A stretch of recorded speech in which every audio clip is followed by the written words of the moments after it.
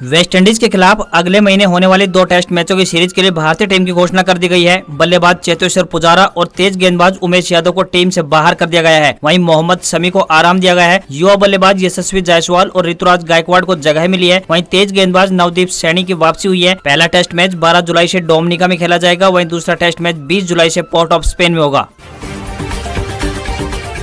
भारत में 7 दिन देरी से आया मानसून बिहार पहुंच गया है। अगले 3 दिनों में मानसून के मध्य प्रदेश, छत्तीसगढ़ और उत्तर प्रदेश में पहुंचने की संभावना बन गई है। वहीं यूपी में 24 घंटे में बारिश की वजह से 5 लोगों की मौत हो गई है। असम में बारिश के चलते वहीं बाढ़ आ गई है, जिससे 5 लाख के करीब लोग प्रभावित हुए हैं। 1366 गाँव पानी में डूब गए हैं। बाढ़ के चलते 14,000 हेक्टेयर से ज्यादा फसल पानी में डूब चुकी है। देश के दक्षिणी राज्यों में अगले 5 दिन तेज बारिश होने की संभावना जताई जा रही है।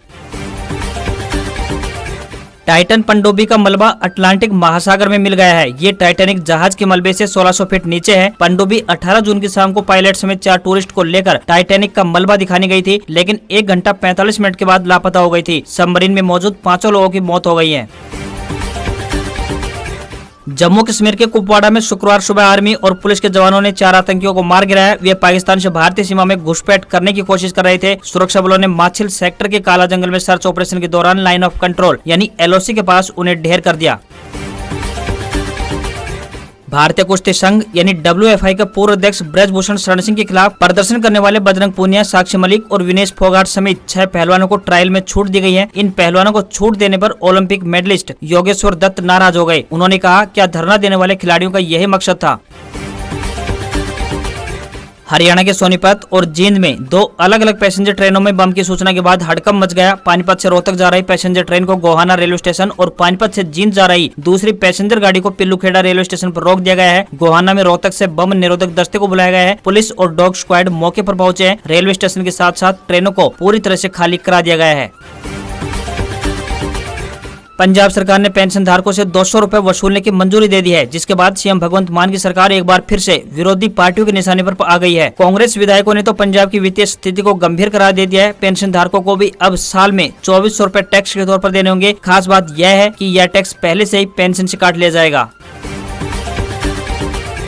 इंडियन आर्मी में इंजीनियरिंग ग्रेजुएट के लिए वैकेंसी निकली है। 20 साल के स्टूडेंट्स इसके लिए अप्लाई कर सकते हैं। सिलेक्शन के बाद 56,000 रुपए तक सैलरी मिलेगी। दूसरी नौकरी की बात करें तो 18 साल के ग्रेजुएट्स के लिए दिल्ली डेवलपमेंट अथॉरिटी में 687 पदों पर निकली है। इसके अलावा 21 साल के युवाओं के लिए JSSC में ट्रेनिंग ऑफिसर के 904 पदों पर भर्ती है। वहीं गृह मंत्रालय में ग्रेजुएट के लिए टेक्निकल स्टाफ के पदों पर और भारत डायनामिक्स लिमिटेड में 100 पदों पर वैकेंसी निकली है।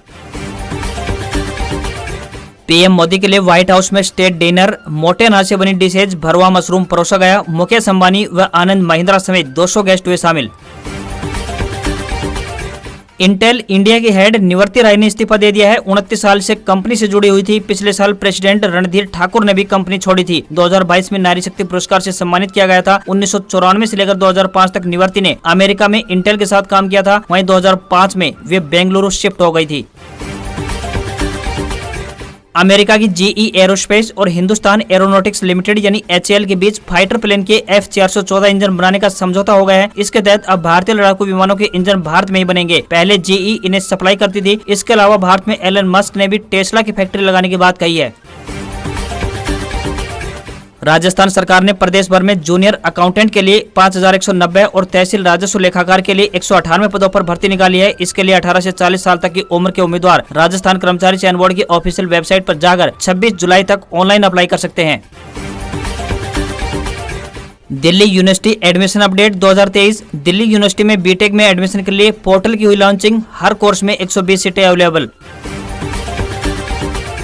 बिहार की राजधानी पटना में विपक्षी पार्टियों की पहली बैठक शुक्रवार को खत्म हो गई है। मुख्यमंत्री आवास एक अणे मार्ग में 2.5 घंटे चली बैठक में 15 पार्टियों के नेता मौजूद रहे। बैठक में कॉमन मिनिमम प्रोग्राम बनाने और नीतीश को UPA का संयोजक बनाने पर चर्चा हुई है।